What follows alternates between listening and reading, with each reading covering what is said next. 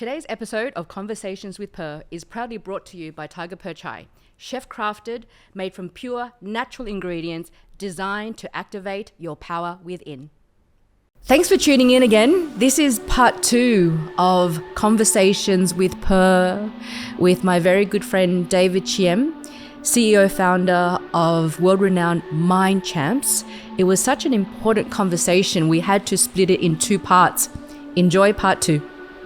So I want to talk about Mind Champs soon, but how you've done a lot in film and television as well, because that really catapulted you into that industry. Yes. Can you speak a little bit to that and how it has bled into your work at Mind Champs? Because I really want to, only because I've stolen your quotes and spoken about the 3 Mind Revolution in a couple of conversations. Great. I'd love to go into that as well, because the champion mindset is something that we both share. Great, yeah. You've definitely got the champion mindset. So, well, look, film and television. Yeah, look, and how did that whole entire background, because I went to, after doing Butterfly Island, and then, like I mentioned earlier, being a refugee, seeing Sons and Daughters, and suddenly I'm in Sons and Daughters, it's like, it was just, and I remember, I remember going to school in Auburn, and, when Butterfly Island and Sons and Daughters was on TV, and I'd be walking home or going to the shops, and a lot of the young people there would say this, and it's a paradigm, and it's interesting. A lot of them would come up and go, Are you the one that's on, on Sons and Daughters? And I go, yes. They go, no, you can see them just like blown away for this reason. And then they can't even help themselves with this next kind of like question that is, oh, you are. Like the first thing is, what are you doing here? What are you doing here? Aren't they in a different world? Yeah. And I'll go, no, I live here. I live here. Yeah. And it's interesting, that we create these paradigms. Yeah. That, but anyway, so how did I go from there? And then when I finished my HSC, got the marks so that within the family, mom and dad can hold the face to the relatives. He could have gone to do that, medicine. However, he went to theatre school, acting school. Yes. So he's not a bum. And that was very important to me, to make sure that I honor, what they've given me, and not say, oh, I'm going to do that. Who cares about that? No. Whatever you do your absolute best. Yeah. Yeah. I've been very big on that. And so anyway, finished HSC, didn't go to medical, went to acting school. Met, as well. And when I was acting school, we were already, doing martial arts and all that. And then by the time I went to UTS, we were there together. I wanted to learn more about international discourse in terms of Western perspective about global thinking. That's why we majored in the Bachelor of Com with film major. And then after that, I thought, not enough. I've got a film school. Anyway, did all that. And so how from that, and then worked in the industry, had my own production company, how to go from that to Mind Champs. And it's kind of a bit of a link back to, when mom was in Singapore with dad for one of those entrepreneur nights, and they were both obviously so proud, because I literally went to Singapore with nothing. And then, anyway, mom was I said, mom, there's 2 professional photographers and videographer, and she's like, no, I don't care, I'm taking pictures of you. Oh, bless her. Yeah, and so they were so proud. So anyway, that night, when we came back and, they were going to bed, I came in to thank them both, and they were quite emotional that night, and I thanked them both, thanks you so much. I said, it's what you've given me that I'll enable that tonight. And Dad said, for what? I said, for not stopping me, and for allowing me to pursue my passion. At that turning point. Yeah. And I said, Dad, it was because you didn't stop me from pursuing theatre and cinema that has shaped the thinking and the person I have become. Yes. The perspective of the world that I see now. Yes. Through that lens is what enabled me to see what has become of Mind Champs. Yes. Yeah. You say that Mind Champs was your calling, David. Yeah. What was that moment like, all that period of time like? Yeah. What came over you? What were you pulled to do? How did that download? Yes, yeah. Well, I would say there was 2 epiphany moments. And sometimes in life we experience certain things, we don't do certain things yet until there's certain moments. I believe life's about moments, you know. Yeah. And it's a turning point, you know. The first intellectual moment was, in fact, when I was in 1995, when I was at Australian Film, Television, Radio School. And the head of school came in and he said this, and that was an intellectual epiphany. He said, "Congratulations, you're all here because you have talent, but now that you're here, park your talent somewhere else." Okay. He said, "Now you're here, we're not interested in your talent. Now you're here to learn the craft." Yeah. He said, "It's the craft that will lift your talents to heights you never even realize." He said, "Talent, they're everywhere. Those who rely on talent, they'll max out." He said, "It's the talent that will lift your talents to heights you never even realize and continue to do so." Yeah. When he said that, I thought, wow, we spent 5 days a week at school. Yeah.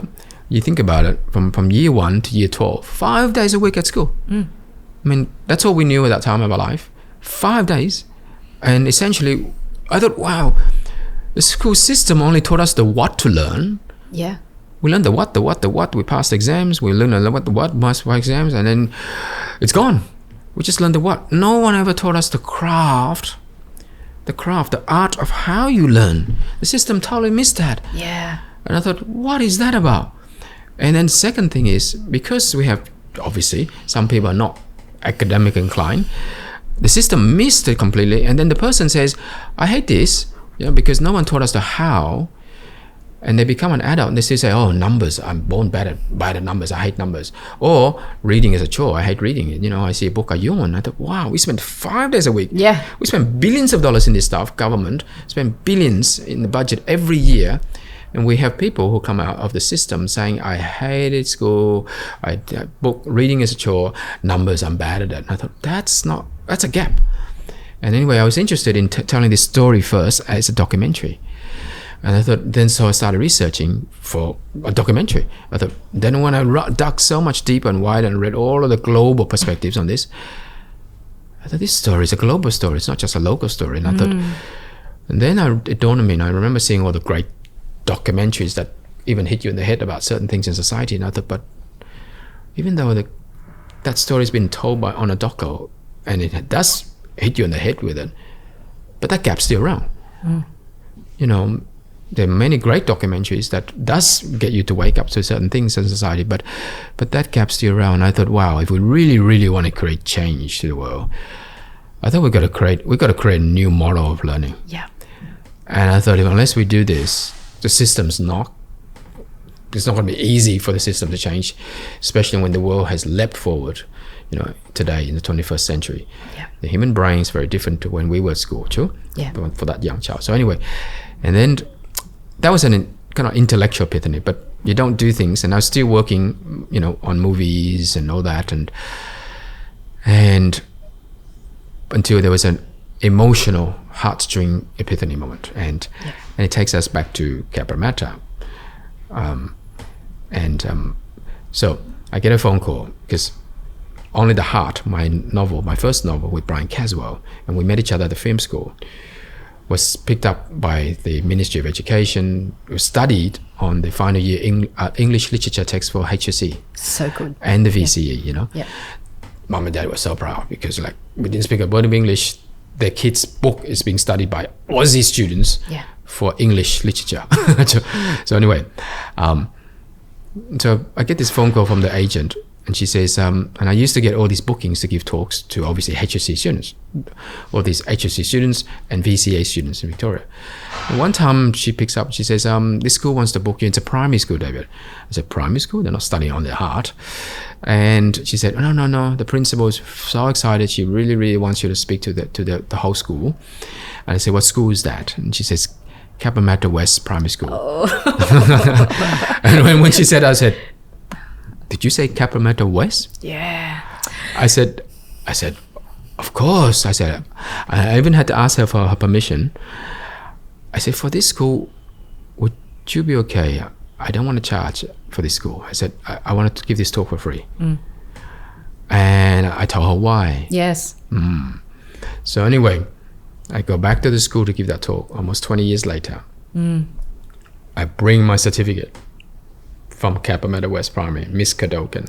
I bring my cert. I rock up at Cabramatta West. I was so excited. I show the obviously new principal of the school who booked me. I said, I came from this school. And she was excited. Yeah, because you and I know back in the that period, Cabramatta didn't have a very good reputation. And if you keep growing up in Cabramatta at that time, every time the Vietnamese were on the news or Cabramatta is on the news, there's something not good.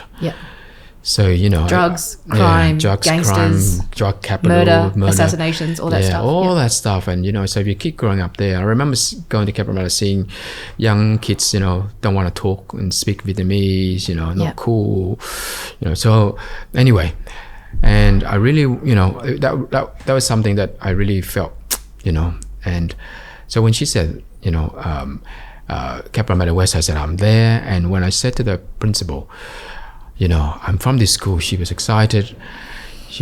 Then when we walked in the school hall, I see about 600, obviously predominantly Asian children, sitting with their legs crossed, you know, waiting. And then when I came in, she introduced me. She said, oh, children, you know, David has done this. You know, he was the first Asian, did this in 1984, showed the picture of Butterfly Island. He wrote this, he was in Sons and Daughters, blah, blah, blah, blah, blah. He did all this, and, you know. And then when she said this, she said, and what's more, children, David came from our school. Wow. And I saw 600 children that day's energy shift. And you're big on energy, so you know they saw what's possible. The energy shifted, and then there was one boy. To me, he must have been Cambodian, because we Asians can tell each other. We can tell the difference between Vietnamese and a Cambodian. We can recognize. And when she said that, when the whole energy of the room lifted, this little boy literally, he punched the air and he went, yes!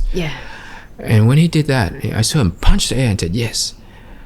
And I just stood there and I thought, wow, I haven't even said anything.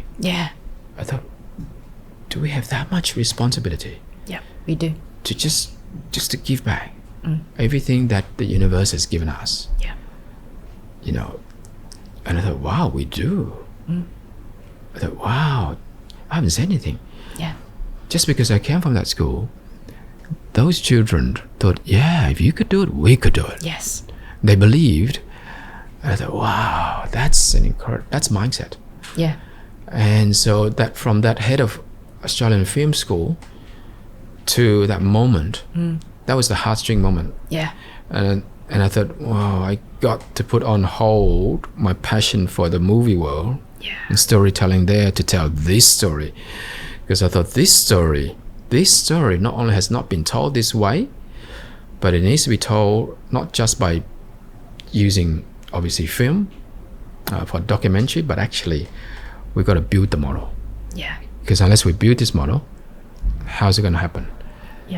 So that's when I thought, wow, what have I learned from my entire learning in the theater, cinema world? And how can I transfer some of those things I've learned to very quickly, but at the same time with deep respect for the craft of entrepreneurship. And I'm always, you know, these days, I'm sure you do too, when people say, you know, what would you say, Pauline, to the budding entrepreneurs, you know? I always say, look, I think in society we use the word entrepreneurship a bit loosely. Everybody's an entrepreneur, got a good idea, entrepreneur, you know. I said, it's a bit more than that. And I think just like, I mean, if you want to be a director or anything, there's a craft. And I said, there is craft, Joe. And I, you know, when they asked that, I said, well, you've got to respect the craft. So actually, I thought, what can I transfer from my learning from theater? In fact, in theater, you got to learn to create something from nothing. Or even if there's something that's been around for 500-600 years, like Shakespeare's incredible, you know, scripts, plays, you still got to make it uniquely different. So whatever you do, how do you turn something that is not there to something that the world hasn't seen, uniquely different. And in fact, I had an incredible, you talked about earlier how that we've all got one teacher. So apart from that teacher, Captain Banner West, years later when I'm at theatre school, the teacher who taught me Shakespeare, and I was thinking, Shakespeare, I'm not going to make this. Only Asian student in that school that year. Yes. At the theatre Nepean, and spoke obviously with still an accent back then, and then you learn voice and you learn articulation, you learn all these things, And he said, David, when I cast you in Shakespeare's Hamlet, I want you to speak Shakespeare's Hamlet as David Chim. He said, if I want a Caucasian Hamlet, there's thousands of them. He said, speak it as David Chim, because when you speak it as David Chim, he said, this is a piece of theatre Australia and the world has never seen. Liberated my mind. Because literally I was in the shackle of, wow, Shakespeare, you need to speak this as an English, be a bit more, and put on that. He said, no, speak it as David Chim. Yes. So anyway, that liberated my mind. Years later, when I was thinking about how we're going to tell this story to the world, the craft of learning, the mindset of the learner, and what can I learn from the theatre world to create something, and how do I bring that to the entrepreneurship world? Well, one of the first things we learned is you got to have a very clear, powerful story. What's it really about? What's it about?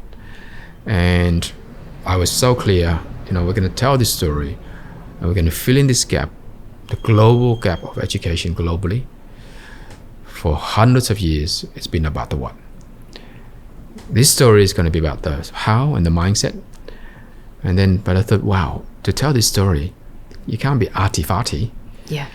You got to have substance. You got to have solid research. Yes. You can't just go head on with the education system globally and say, oh, we've got a good idea. Yes. That's arty-farty. Yes. I'm in theatre. I'm in theatre. That's right. Yeah. Or as you know, to launch any product to the world, you can't just go, oh, we've got a great product. Everybody, what's the substance? Yes. And it's that substance that will create, the space and command its space. Where everybody's trying to quickly just, rush through certain things. I thought, how do you command your space? So I thought, if we're going to tell this story, we need solid scientific people and research. And I thought, you can't even just tell this from one domain. And I thought, as society, we've been living in silos. Yeah. Education's over there. And how do you become a teacher? Well, you finish your HSC, in Australia, year 12, and then you go and do a degree in education. You go back to school and you become a teacher. And then you see the world through that lens, and you're a teacher for 30 years and you see through that lens. And then there's people over there called psychology. They study behavior. And there's people over there called neuroscience. They study the brain. Yes. And when I was interviewing a lot of the teachers, I realized, wow, even these professors, you know what you know so well. But you don't know what, for example, Spielberg, or James Cameron or Kubrick knows about engagement.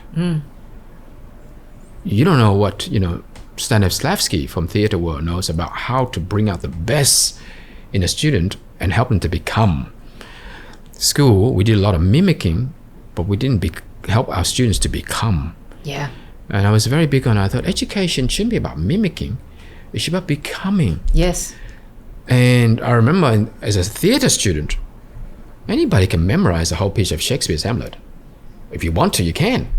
Sure. And in fact, if you want to, and let's say your dream was to perform Hamlet, play the leading role in Sydney Opera House, and you go and get people to back you, and you hire the theatre, and then you say, I'm going to do Hamlet, and I'm going to be the star.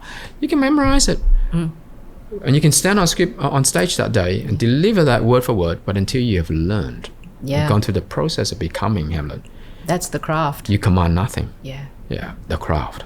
You command nothing. So the school system, I thought, was a lot of mimicking, but it never became us.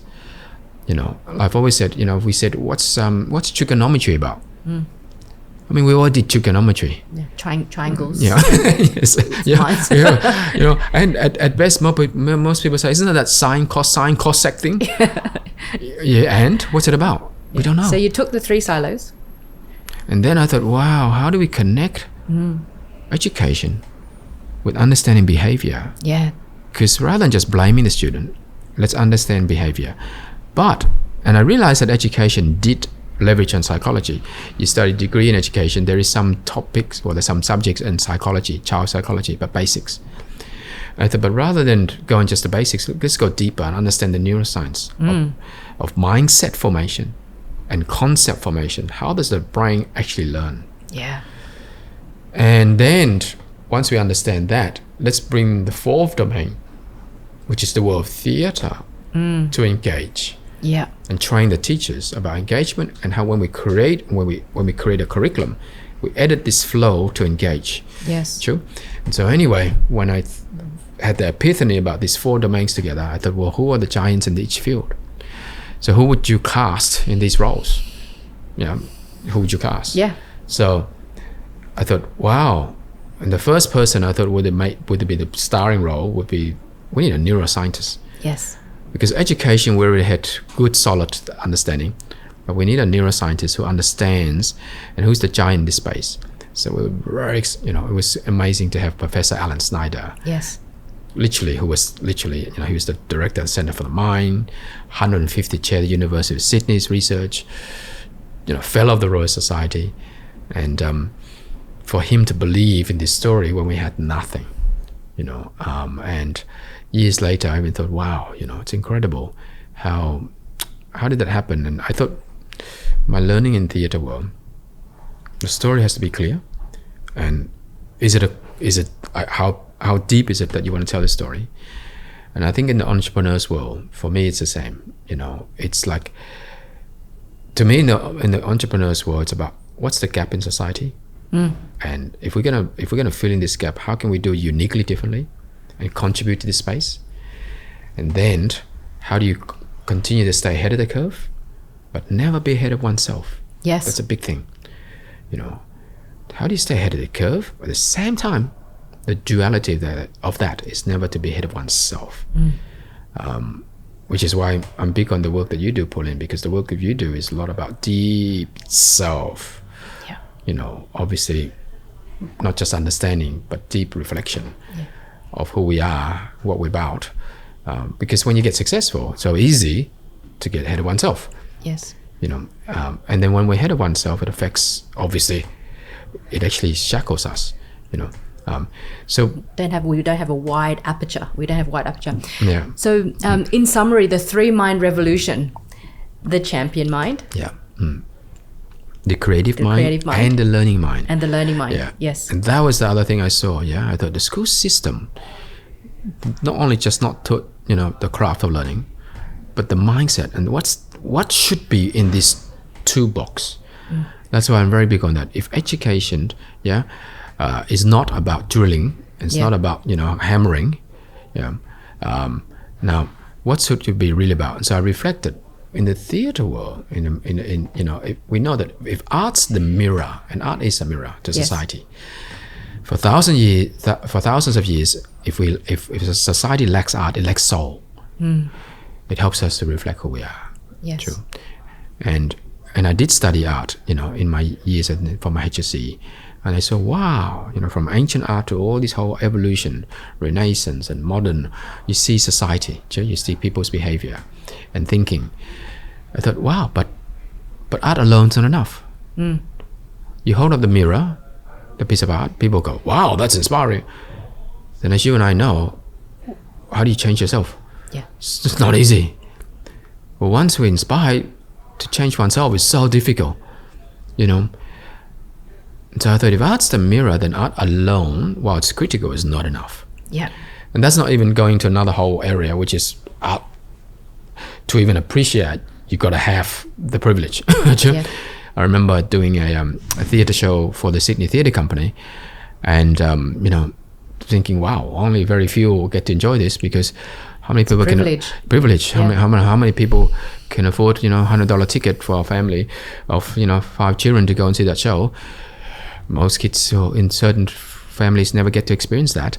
Yeah. I thought, well, if art's the mirror, art alone's not enough. Yes. Art's critical though. And I thought, then,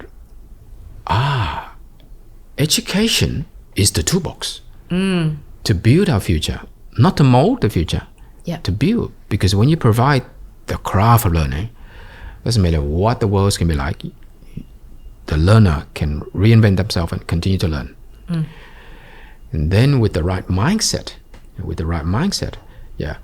what kind of mindset do we need in the 21st century? And I remember reading Alvin Toffler's work, and he wrote Future Shock, the futurist, Alvin Toffler. And he said that the illiterate of the 21st century are not those who cannot read and write. He said the illiterate of the 21st century are those who cannot learn, Yeah. unlearn, and relearn. Yes, it's true. But what's that really about? And I think society kind of somehow missed that. When he said learn, I thought that's not about what you learn, it's about how you learn. Yeah. 21st century. And then when he said unlearn to relearn, I thought, well, forget about unlearning if you don't have the right mindset. That's about mindset. Unless you have the right mindset, there's no unlearning to relearn. Sure. Yeah, that's right. In fact, the more the person does something for so long, the more it is harder to unlearn because it's their mindset. Yeah. And they're comfortable too. And so in a world of AI, I thought that is so critical. So what is in that toolbox they need? Yeah. They need the 3 minds. So we wrote the 3-mind revolution. Yeah. And I thought, wow, first and foremost, they need a champion mind. Yes. And during the Sydney Olympics, Prof. Alan Snyder did a global forum to study champions. And it wasn't just based on motivational hype. And he says it beautifully, motivationals, they would say determination, hard work, passion. You got to have that, he said. It's a given. It's a given, it's a yeah. given. He said, you don't have that, you don't begin. But what is it that separates champions? We're not talking about success. Yeah. We're not talking about, oh, you got so much dollars behind you, you're successful. We're talking about people who make breakthroughs in their fields. So we did the study of 5 areas of business, politics, arts, sports, and science. 5 domains of life in society. Those who make breakthroughs in their field. So Mandela came to actually open the event, at the forum, and it's part of the Olympic event, culture event of the Sydney Olympics. So it was incredible. So we had people who are Nobel Prize winners, international, art prize winners, Olympic champions. So anyway, to study and distill what is that ingredient. So that was then coined by Prof. Snyder into what's called champion mindset. And Prof's been with us for all these years since then, and we're the only organization globally that inculcates and took that research into a pedagogical approach to nurturing young children. Why do we wait until people become an adult and say, why don't you have that mindset? You can't just switch it on. Yeah. The brain doesn't work that way. And then the second mindset, we realized that, wow, once you've got the champion mindset, that's a whole area that is a whole 3-hour talk. But once you've got that mindset, the second mind you need is the creative mind. Yes. To see the world through multiple perspectives. Yeah. And to lay those foundations that the child's brain is already, the neural pathways are laid where you can very flexible fluency can connect things. Yeah. But you can't switch it on also. It's harder when you're older. Those neural pathways, when they lay young, it's much easier for them to access it. Yes. And then the third mind is to teach them the craft and the art of how to learn. Yeah. There's so many ways. And also, what's uniquely you, the way you learn. Yeah. And then there's a ways of learning. And I love what Michael Jordan says about on this. He said this. Jordan says, you can practice shooting 8 hours a day. But if your technique is wrong, Yeah. then all you become is very good shooting the wrong way. Yeah. And I thought, wow, that's kind of like, that's why some people grow up, become adults, and they say, I still hate numbers. Yep. Sure. Practice that for your whole life, 12 years, the Yeah. wrong way, and still hate it. Yeah. Sure. And then believe, I'm just born bad at maths. Yep. That's not, the science doesn't show that. Yeah. It's only, you practice the wrong techniques Yes. for that long. And so that's where the learning mind came. And the 3 then became 1. And we would then say, oh, the entire education model of Mind Champs is based around that research of the 3 areas. Yeah. I'm so excited for the future of the children of tomorrow.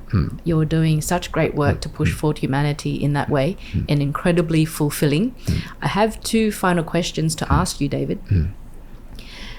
So, Butterfly Island, I believe, was a pinch me moment for you. Yes. For a 14-year-old, Yeah. I believe that at some stage it would have been I've made it moment. Right? David Chiem, the adult. What would be an I've made it moment for you? Okay. Look, great. Profound question. Actually, Butterfly Island, somehow, I think it's also still the mindset of being grateful. It was definitely a pinch me moment. In fact, probably even more when I was cast on as one of the guest stars in Sons and Daughters. Yes. Because it was Sons and Daughters was huge. It was huge. It was huge. Yeah. And everybody will kind of watch it too. So that was definitely a pinch me moment, especially when I'm on set with these stars. Yeah. That I used to like, wow, and I'm like on set with them. It was definitely a pinch me moment. However, I don't think I ever felt, sincerely, I've never felt I've made it moment. Well, I'm feeling it for you. Yeah. My friend, you've had many I've made it moment. Because there's so much more to be done, right? There's so much more to be done. And see, that's why even though I was like they call it child star, I wanted to go to acting school. Yes. I thought, well, I mean, I want to learn more. Yeah. That's what mastery is all about. Yeah. Give me more. Yeah, I want to learn more. And then when I finish acting school, I want to go to film school. Yeah. I want to learn more. And I mean, we all know what people say. The more you learn, the more you realize you need to know and learn more, and the less you know. So, and that's true. And so therefore, the hunger, what drives me is there's just so much more to not just learn and become, because none of us are there. I love the spiritual thinking of hang around with those who are still searching. And stay away from those who have found it, Yeah. And It's a constant evolution and a constant revolution. Yeah. And living that, I think a lot of people talk about those things. Yeah. That's why I'm very big on we must be ahead of the curve, but never ahead of ourselves. Yeah. And you certainly embody all of that. You certainly embody all of that. Yeah. My last question, David. I know the silly side of David. The real side. And we get up to some silly The stuff. real but side. Others know you as being quite serious. What makes David Chiem purr? Well, yes. I think what makes me purr, look, moments where you can truly just be with somebody. I'm very big on this. And in fact, Prof. Alan Snyder said this when we finally connected, and he trusted me so much to say, let's do this and let's tell this story together. Yeah. And to have a fellow of the Royal Society when we had nothing. I mean, if I was to compare that to the movie world, it's like, you got nothing, and you've never in the space of education back then, or scientific world, or even the entrepreneurs world, I had nothing. It's a bit like saying you got nothing. You never made a movie. You literally have nothing. Then going to like the super grade A star. I don't know, the number one world's Hollywood's most number one star, and say, "Can you come and be part of this to tell our story?" Yes. When we have Can nothing. You act in my film? That's right. Can you act in my film? Yeah, and we have nothing. Yeah. Sure. So back then, what was it? And so for me, to be able to really find that level of trust. Yeah. So what was it about that? And he said this. He said, David, if two people, and he said, I've worked with a lot of people in my life. If two people, just two human beings, can trust each other 100%, you can change the world. Yeah. And that was profound. It takes years to understand that. Yes. He's not talking about, oh, here's some money, can I trust you? That's nothing. That's nothing. You've got each other's backs. And 100% respect, zero fear. And no inhibition. Yeah. That you can just say anything to each other. Those are the moments where I feel that's the purr moment. Yeah. Where there's no inhibition. Where you could do anything, and others will go, oh my God, that is shocking. But together you trust each other so much that you don't not fear that you judge each other for that. Yeah. And those are the really, really rare moments or rare relationships you find in life. Yeah. And then moments you can have together. You know, because we do live in a world where everything is judged instantly, too. And these days it's even more instant. So that's why we're very big on nurturing young children. To what really then makes me purr is to know that we're contributing to everybody says the world has changed and leapt forward, but people still don't see that the education system has a long way to go to catch up in this way. Yeah. Why do we need to nurture mindset? Because I've always said to all of our teachers, when that child comes to us, let's say at 18 months, by the time that child faces the real world, this is what we're preparing them for. They'll be going to kind of like kindergarten, preschool, about 4 years, primary school 6 years, high school 6 years, yeah. So that's, before you know, that's 16 years. Yeah. Basic diploma degree, that's about 19 years. By the time that child faces the real world, fresh out of the school, faces the real world, that's 20 years time.